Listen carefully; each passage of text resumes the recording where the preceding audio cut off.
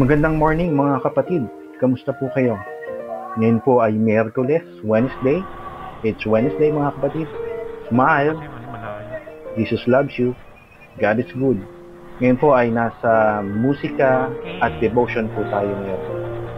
Tayo po ay magpapatuloy.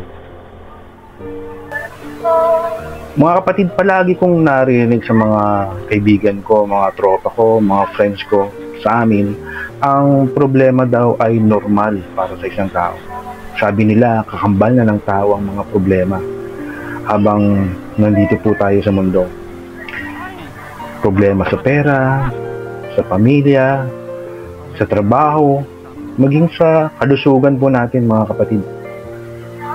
Sabi ng isang preacher, sa ating paglalakbay dito sa mundo, hindi natin maiwasan ang tinatawag na PTNT.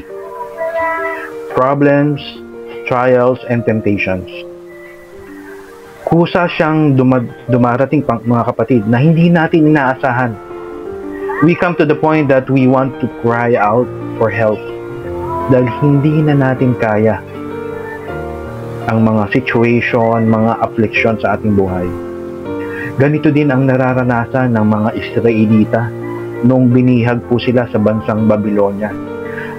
Ang Panginoon lang ang kanilang nilalapitan at hinihinga ng tulong upang makabalik sila sa kanilang bansa.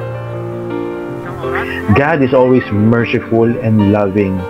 Hindi niya hahayaan na magdusa ang mga Israelita forever. Hindi man agad-agad tumugod ang ating Panginoon sa kanilang panalangin. They waited for 70 years. Saka na sila pinabalik sa bansang Israel at nag-umpisa ulit sila sa kanilang panibagong buhay na kasama ang Panginoon. Mga kapatid, mababasa natin sa Isaiah chapter 65 verse 17 ang sabi ni Yahweh, "Ako ay lilikha isang bagong lupa at isang bagong langit. Mga pangyayaring pawing lumilipas na di na babalik." Ito ay isang pangako na hindi lang sa mga Israelita mga kapatid, but also para sa lahat ng mga tao dito sa mundo. Isinugo po niya ang kanyang bugtong na anak na si Jesucristo upang magbigay sa atin ng panibagong buhay at pag-asa. Ito ay isang pangako through Jesus Christ to end our struggles and give us a new life. Ang buhay na kasama ang Panginoon ay laging merong bagong pag-asa, bagong buhay. God always gave us a second chance in which we can come to our Lord kung magkamali tayo. God is willing to forgive us and give us another chance to stand up at mamuhay na ayon sa kanyang kalooban. Sa 2 Corinthians chapter 5 verse 17, ano po sabi roon? "Therefore, if anyone is in Christ, the creation has come, the old has gone, the new is here."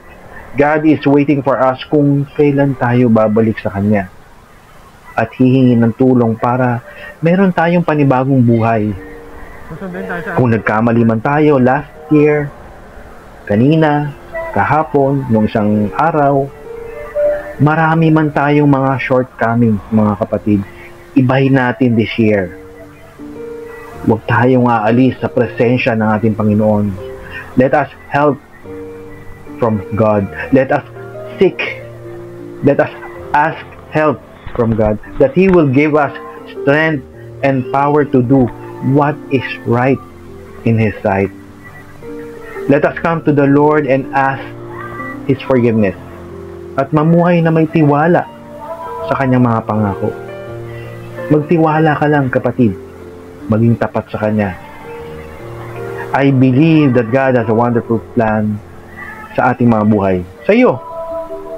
Regardless po mga kapatid kung ano man ang situation mo o natin ngayon, mabuti man o mahirap. God's will is always good and He is doing His best for us. Kung naranasan man natin ang kahirapan ngayon, maraming problema ang inaharap na parang wala nang katapusang paghihirap, alalahanin natin na lilipas din yan mga kapatid. Nakakaramdam man tayo ng mga sakit o karamdaman sa ating katawan. Marami tayong iniintindi sa ating pamilya.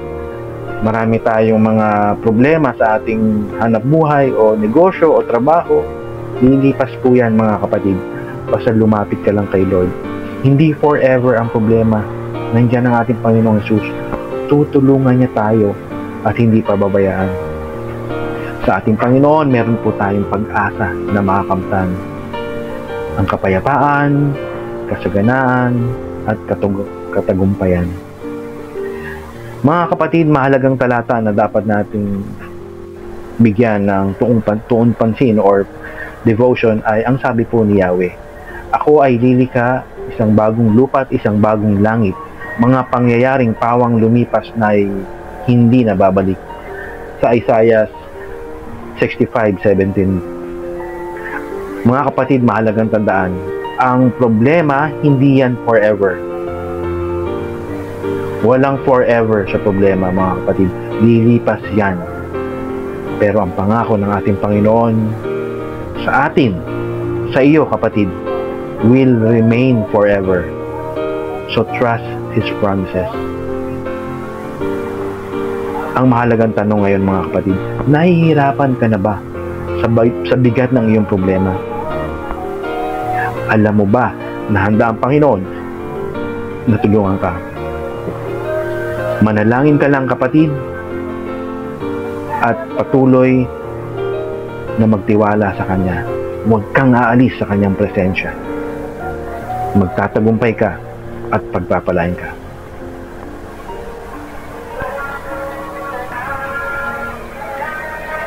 Ngayon po, idadako tayo mga kapatid sa panalanginan. Idulog po natin sa panalangin ang bawat pamilya at sambahayan ng mga sumusunod sa ating iglesia sa Receiver Mission Church. Lord, ipinapanalangin po namin ang buong pamilya at sambahayan ng Gayeta.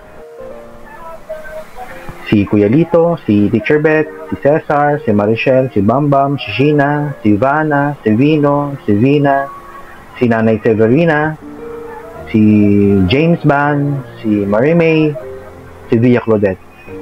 Pinapanalangin din po namin, Lord, ang Funderburg family, si Kuya Sam, si Ate Yang, si Vance, at si Evelyn.